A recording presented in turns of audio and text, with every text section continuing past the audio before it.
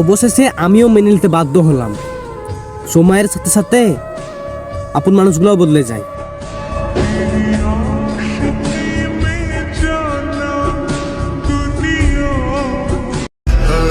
আমি যাকে মন থেকে ভালোবাসছিলাম সে আমাকে নিজ মুখে বলেছে আমি তোকে মন থেকে ঘৃণা করি।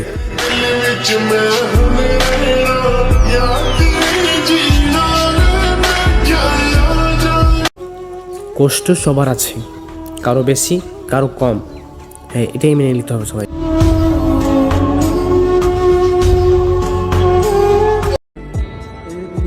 স্বপ্ন দেখে একদিকে আর বাস্তবতা নিয়ে যায় আর একদিকে।